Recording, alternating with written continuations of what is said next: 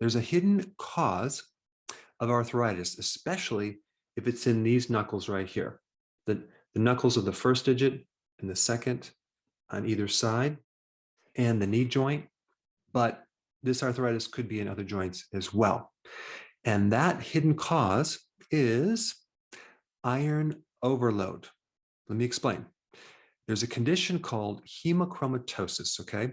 Now, that can come from either a genetic cause, or it could come from your diet or a medical procedure where you're given a transfusion, or other causes that I'm going to talk about. The point you need to know is that too much iron in the body is very, very toxic. And our body has no mechanism for getting rid of too much iron. And the first symptom of iron overload is arthritis of the hands and the knees. And specifically, like I mentioned, the knuckles.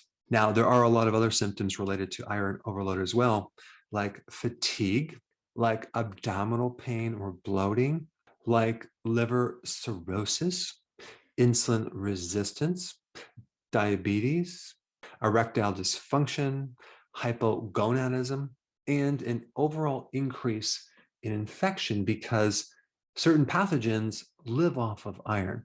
So the more that you feed them, the more that they can grow. Excessive iron is especially toxic to the liver, as well as the pancreas and the heart. But this iron can lodge in your liver and create all sorts of problems. So the more the liver is dysfunctional or damaged, the more problems you're going to have with iron, since the liver is a really key organ in hemochromatosis. So if you are on Tylenol that destroys the liver, for example, or let's say you're on a high carb diet that leads to a fatty liver, you may have more iron that builds up in your body. Now, from a dietary standpoint, let's say you do a couple tablespoons of molasses every day. Molasses is loaded with iron. And so that's one source of iron overload.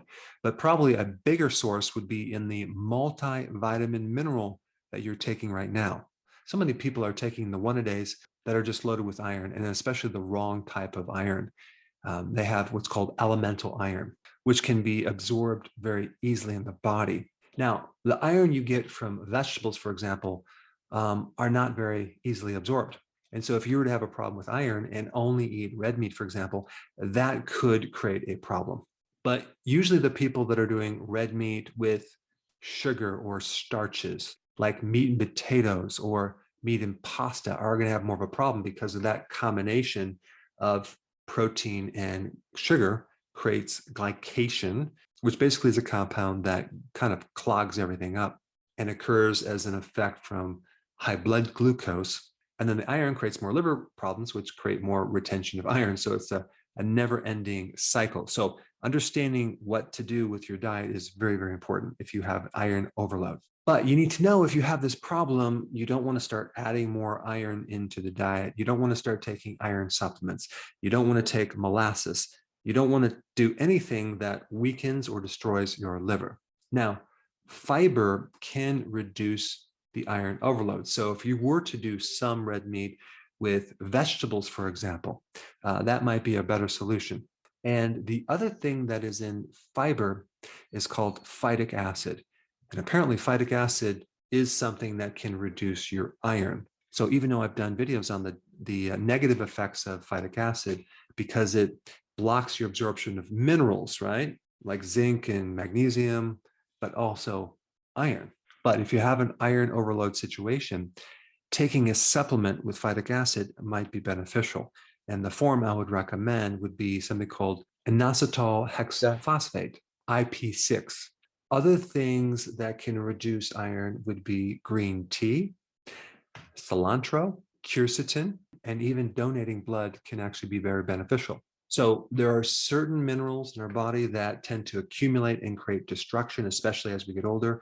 But we have other minerals that can be easily eliminated from the body if you consume large amounts, like potassium, magnesium. But iron and calcium, for example, are much more difficult to eliminate. So those are two minerals that you don't want to take large amounts on a regular basis. So if you have arthritis and you want to potentially see if it's an iron overload situation, there's several things you can do.